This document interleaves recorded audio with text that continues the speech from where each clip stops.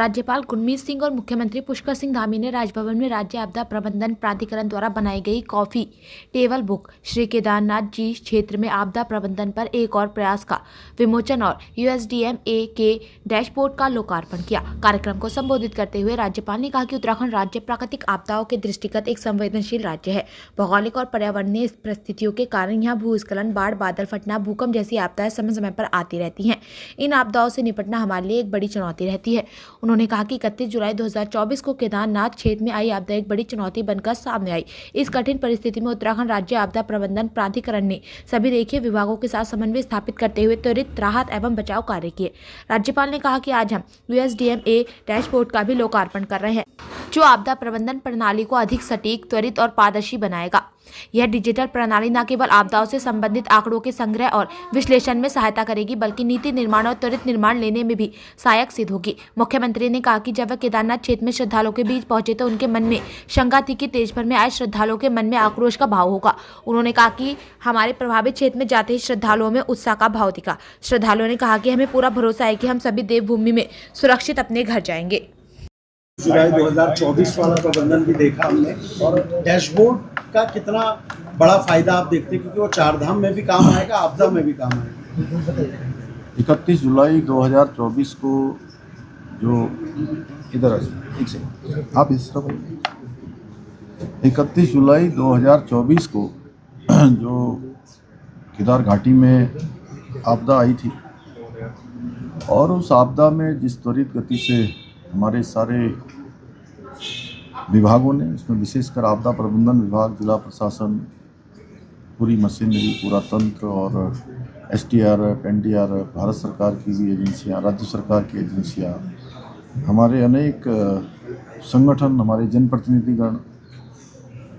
धार्मिक संगठनों के लोग, स्वयं सहायता समूह के लोग, जन सामान्य के लोग, सब ने बहुत बढ़ चढ़ कर भाग लिया।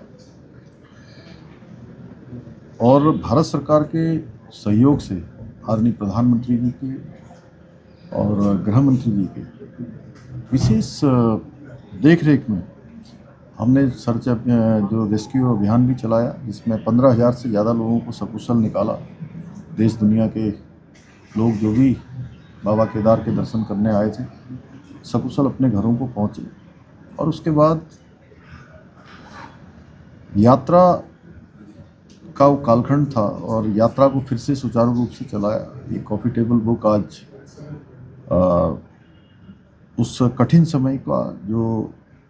वृतांत था उसको कहीं ना कहीं हमारे सामने लाती है, और साथ में आने वाले समय में जो हमारे राज्य के अंदर अनेक प्रकार की आपदाएं, जिनका हमको प्रत्येक वर्ष किसी न किसी रूप में सामना करना पड़ता है,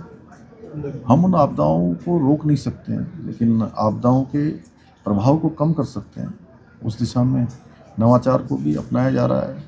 तमाम प्रकार के नए नए जो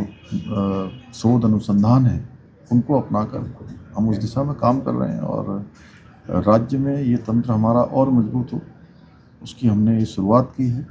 जो निश्चित रूप से आने वाले समय में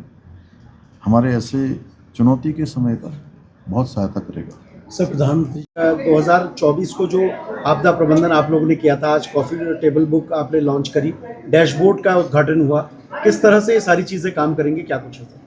बेसिकली कॉफ़ी टेबल बुक में 31 जुलाई 2024 को जो आपदा आई थी, उसमें किस प्रकार से हमने प्रबंधन किया, किस तरह से समन्वय किया, किस तरह से विभिन्न प्रकार के लोगों से, विभिन्न विभागों से